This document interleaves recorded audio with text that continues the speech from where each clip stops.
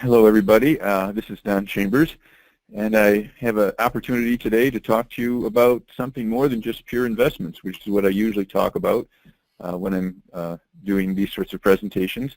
I have a cold today, so those of you that know me know that this is not my ordinary voice, but it doesn't bother me, and I hope it doesn't bother you, but it is altering my voice just a little bit. Today's topic is about thinking about the future and estate planning, but it's not targeted for the super rich here. It's the problems that are faced, the challenges and opportunities that we face in doing estate planning and preparing for our eventual death and transition of our assets and control is really most acute, in my opinion, for those people with wealth levels between $1 and $10 million. The reason is that people with well over $10 million can afford legal teams that keep up with the laws and can design appropriate plans, and people with less than $1 million actually can have some pretty simple answers. So the people between $1 and $10 million tend to have complexity, but really the cost of ongoing legal support can be difficult. The reason that it has to be ongoing support is that estate laws are, in my judgment, kind of a tennis match between the regulators and the government versus the people with the wealth. And the people with the wealth will figure out great ways of preserving the wealth for future generations, and then the legislators and regulators will find a way to shut that down or tax it. So the wealthy and their representatives have to come up with new ways of avoiding high taxes or other complexities. So it's an ongoing process. I've been watching this for 35 years. And the answers that were true 35 years ago are completely different from the answers that are true now. So this webinar isn't going to be about financial details and legal aspects. They change too quickly, and you really should have a up-to-date legal team or legal person that can help you with those specific types of answers. What I want to talk about today is more than just those legal and financial complexities, and get into more of a idea of the big picture. And even though I said this is not a seminar for the super rich, I want to start by looking at the super rich. This is a list that I happened to pull off the web, the easiest list I could find of the most wealthy Americans in the year 1900. And as we go through it, we notice a lot of names, Carnegie's and Fellers that we certainly recognize. And it also lists where they made their money. A number of things I think are interesting about this list are that the ways that they made their money seem so simple and tangible and commodity-based. So it was coal and railroads and hotels and oil and steel and things like that. If we move to the list, a list today, this is Forbes' list of the 20 wealthiest families in America. A couple of things that we see, and one thing I'd point out right away is that it's hard for you to see switching between these, but none of the names that are on the list from 115 years ago are on the list today. In other words, not a single family on that first list appears on the most recent list. So the wealth does not preserve through multiple generations. I also find it interesting to see that how people are making their money nowadays is substantially different. You don't see as many commodities or tangible investments, although you do see Cargill there. You tend to see, especially even more recent than this list, the people that are making their fortunes with internet companies and technology. So the way that people have made wealth has changed, but the real point I'm getting at here is that the very wealthy from 115 years ago have not remained the very wealthy in the United States. And we kind of wonder what happens to all that wealth. I'd point out that this isn't peculiar to the lists that I came up with. I actually learned this point from another listening to another person, and when I went and did the research myself, it confirmed it. But I think any list will confirm this idea that wealth does not persist across the generations. And that's captured by this first quote here: shirt sleeves to shirt sleeves in 3 generations, meaning that somebody starts poor, overcomes their challenges, develops the skills and talents and habits necessary to overcome obstacles and succeed. And then somehow 2, 3 generations, 4 generations later, the heirs despite being given enormous advantages, great educations and great resources and capital to get going, end up oftentimes not doing very well in life. So the key lesson that I take away from this is shown on the bottom here, and that is that people who've been successful in life, they've established substantial wealth, should work into estate planning, not just passing on money, but passing on the skills, habits, knowledge, and values that they learned. 3 quotes that I found about this, about passing on wealth. One of the Vanderbilt heirs talked about wealth being a big handicap to happiness, that it destroys a person's ambition. Kurt Carlson, who's a hotel and restaurant magnate from the state of Minnesota, writes about this idea that the money can actually hurt our heirs if they're not prepared for it in other ways. And he talks about one extremely wealthy Minnesota family that has 63 heirs in the 4th generation, and not one of those heirs is gainfully employed. And I think that's important to me. I don't want to just prepare my children and grandchildren to handle money. I want them to be productive and happy citizens. By the way, that family, Carlson made his money in Radisson hotels and I think Friday's restaurants and a few other places. I think he might be referring to the Cargill family up in Minnesota, which made their money in agriculture mostly. The third line is William Batten, a founder of New York Stock Exchange, and he talks about one of the ways that we disadvantage people is when we take away their need to struggle and find their own solutions. So with that as a little idea, let's move to the classic idea here that you can't take your money with us. Of course, we see a hearse there, and you literally can't take the money with you. But it really, I want to talk about more than that, that we think sometimes that when we go through the right legal paperwork, that we can control a lot of what happens after we die. I've seen that fall apart in a variety of ways. I've seen money given to charity that tends to be used not for what the donor was intending, but rather it seems to simply fuel the desires of some of the people running the charity to keep themselves doing what they want to do rather than what it was that the heir was trying to get done. I've seen it with terminal spouses that leave their money and try to set it up so that the surviving spouse will honor their wishes with at least a portion of the wealth. And I've seen the surviving spouse go out to a lawyer immediately and get it virtually all undone. I've also seen that money gets passed to future generations, and that when money gets left to a surviving spouse, especially, that when they go to a nursing home, or even if they don't go to a nursing home, there seems to be a lot of people that are able to insinuate themselves into those people's lives and get control of their money and then confiscate their money. And that's something that really I want us to think about, is this idea that if we wait too long, it might be too late in order to transfer some of the control. There's a famous expression, which is give a man a fish and you fed him for a day, teach a man to fish and you fed him for a lifetime. And of course, that's this idea that I'm going to be talking about in this webinar, that we want to train our heirs, not just give them money, but train them and prepare them how to handle money and in fact, how to handle things other than money in life. How can we help our family and heirs to be productive, happy citizens? My wife tells a slightly different version of this famous saying about giving a man a fish, and hers is set a fire for a man and you've kept him warm for one day. But if you light a man on fire, you've kept him warm for the rest of his life.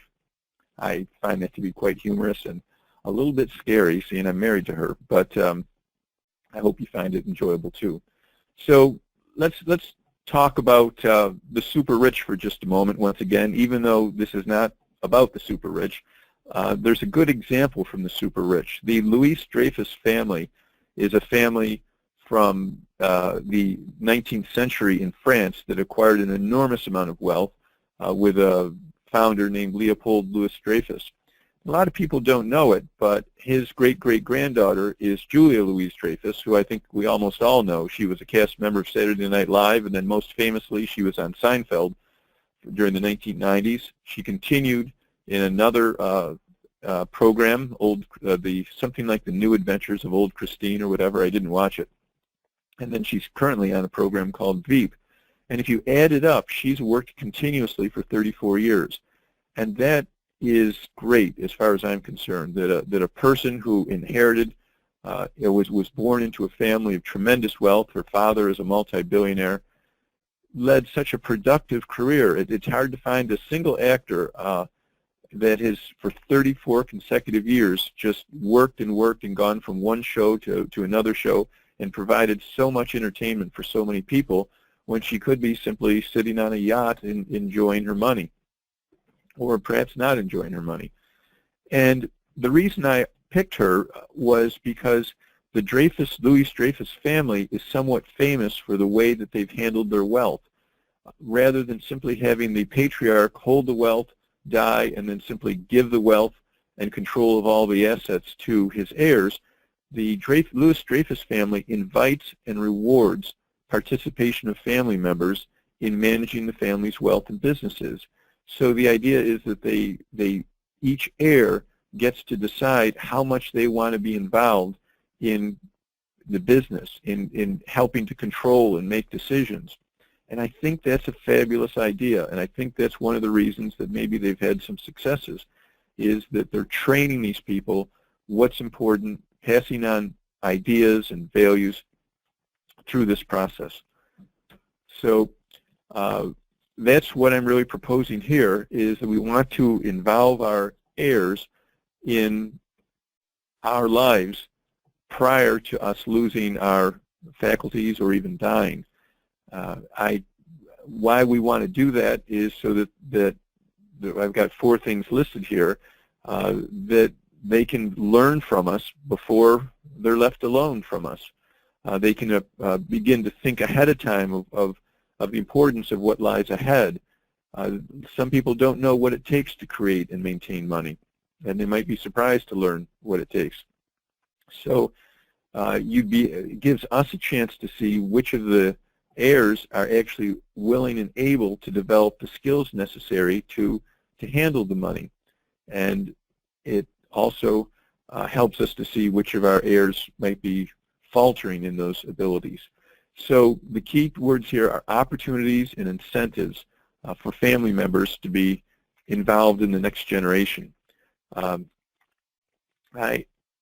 have a very close colleague that I was complaining to many years ago, 5 years ago or so, about that as I would teach students, I found that students were increasingly, after class, coming up and complaining about the score that I gave them on exams. And my colleague kindly listened to me whine for 5 or 10 minutes about how kids are increasingly complaining about their grades and wanting to get an extra point or two. And he then just calmly said to me that, Don, they're behaving that way because you're giving them rewards to behave that way. And he said you should give them a reward to behave the way that you want them to behave, rather than reward them for doing what you don't want them to do. And it's a simple concept, but I did it. So the next time I taught the course, I said I would give 2 points to every student in the class that did not ask me to regrade their exams, unless there was some sort of clear error to it. And it completely solved the problem. What I was doing was giving them incentives to behave the way that I wanted them to. And that's really what we want to get involved in here, is passing on the knowledge, skills, and habits that we've acquired to our children.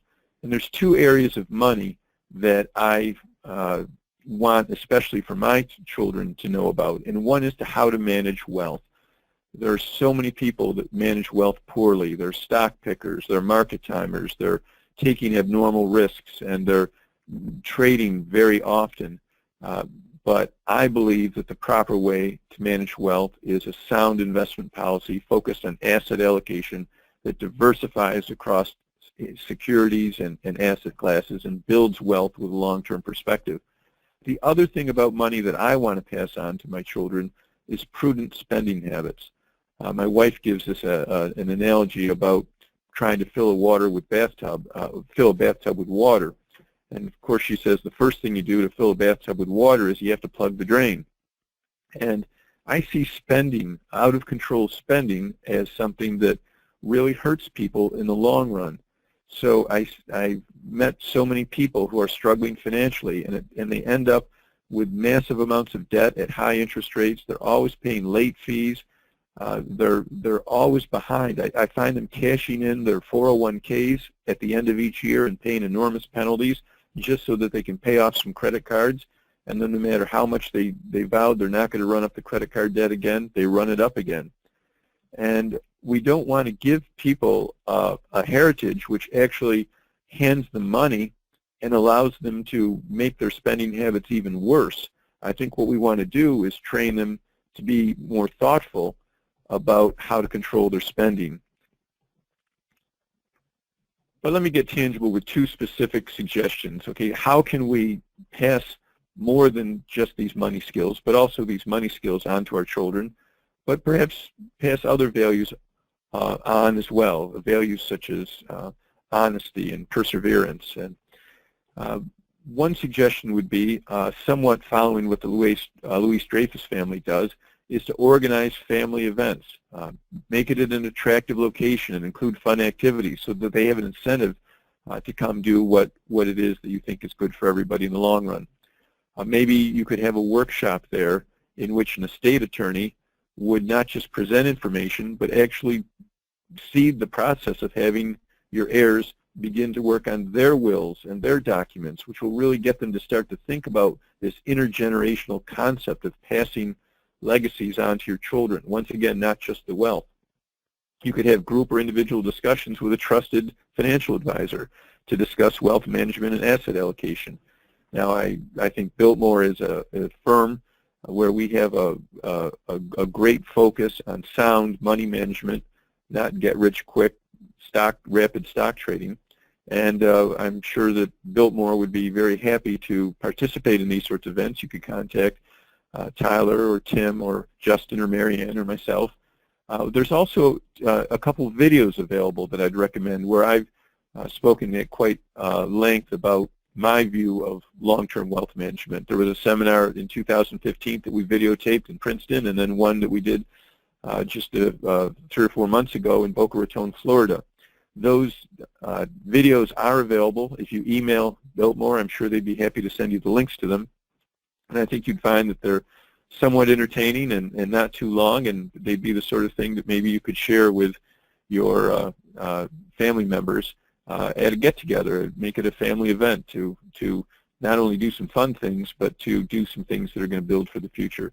The second suggestion follows even more closely the concept of what the Louis Dreyfus family does, and that would be to have actual regular board meetings. Make it fun, but somewhat business-like, with agendas, where, for instance, periodically you would meet at a fun location and do some, and actually have your potential heirs work with you on the problems that you're facing. Once again, this doesn't have to be the super rich, but when it talks about overseeing the renovation or disposition of family property, it doesn't have to be a corporation. It could be simply a timeshare or some antique that it's time to dispose of it and move on.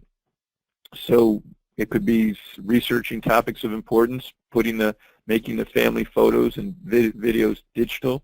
So the idea is bringing our heirs alongside us as we age to be part of the process. I think of the television and movies where the heir dies and a person dies and the heirs gather. They haven't seen each other in years. They barely know each other, and the will is read, and it's a tremendous shock to them in terms of what was owned and what it is that they're going to receive. And I don't understand the secrecy of this. I think it's better to have it out in the open and an ongoing process rather than a sudden, mysterious event. So that's what this is really leaning towards, is getting it out in the open and getting them involved and finding out who really has the desire and skills to be involved in handling an estate and who might really not be able to take those sorts of responsibilities. So one thing is certain, that we're all going to give up financial control eventually. And I've seen people that fight this actually get some very bad outcomes. I talked before about this idea of elderly people that end up in a nursing home, or even not in a nursing home, but they still think they have the capabilities to make great financial decisions, and they don't want to give up control because they're so confident in what they've been able to do in the past. Yet things can go pretty bad. I've actually seen a lot of this, where the money ends up going to basically people unrelated to the family that just are opportunistic, and they prey on people that are not transferring their control. Do it proactively, not reactively. Do it early and slowly. Make it a process so that you can see what's working well. You can help the heirs understand what needs to be known, the information that you have, and you can give them expertise, knowledge, and guidance. I want to do an actual case in point. It wasn't anything to do with Fred McMurray and the three sons, but I thought it was a nice visual for us to think about. But it is a true story about a man, successful man, who encouraged his elderly parents. It's a family acquaintance of ours. It's not a client of Biltmore. And encouraged his elderly parents to pass money not to him but to his grandchildren. So he got to observe what the grandchildren did. And there were three grandchildren that received the money. And one of them enjoys the income, but also invades the trust, the principle of the trust, for frequent major expenses. Not sure how long this person reports to me. They're not so sure how long that heir is going to have money left. The second one doesn't touch all of the income, let alone touching the corpus of the trust. And the third one quit their job and is traveling the world. I'm not sure that any of those things are bad outcomes. This isn't a question to me of just judging who did well and who did poorly and then dividing up money differently because of that. It's really a process of who you can work with and who needs to be worked with, and keeping a relationship open through incentives that helps them learn more about how to have long-term success, financially and non-financially, in life. I would note, as I look at my three sons there, that Ernie in the upper right-hand corner with his glasses didn't change that much. The lower left-hand corner shows the three of those children years and years later. And it's interesting to think about how time passes and how people change and how some people don't change. I think that another thing that we want to think about, why we want to remain in contact with our heirs, is to make sure that they understand our preferences regarding major healthcare decisions, and our preferences regarding whether we want to be placed in assisted living and nursing, and how often we want to be visited, and our final arrangement preferences. It's an opportunity to share these, and it doesn't have to be done morbidly. My mother and father, who passed away in the last 7 years, shared with me the process that they went through with their mothers. And then they shared with me exactly what their preferences were. And it wasn't just a one-day letter or a one-day speech. It was an ongoing thing that my mother made sure that I understood exactly how she felt about these issues. And I'm just so grateful to her. She passed away a little over a year ago. And these were a lot of difficult decisions. She was struggling with dementia. But at every point in the road when I needed to make these very difficult decisions, I knew exactly what my mother wanted. It just made it so much easier for you. So this is really a gift to your heirs, in my opinion, to make this transition of power and control as an open, clear, transparent, and positive experience. My final thoughts on this is just a summary of what I've been talking about, that I want to bring estate planning in my family out of this private, secret, lonely, unpleasant process, and not get mired down in the complex financial and legal details, but really view it as a process of passing on my knowledge and values, and making a smooth transition of control, because my wealth and my control, and I think everybody who's listening, our wealth and our control is going to be passed on to somebody else, an institution or a child or somebody else. It is all going to be passed off. It just doesn't seem to make a lot of sense to me to do it in a secretive, sudden way. Rather to make this, with incentives and opportunities, a great experience together. And that summarizes everything I had to say, and I'd love it if anybody had questions. I'd be happy to try to answer them.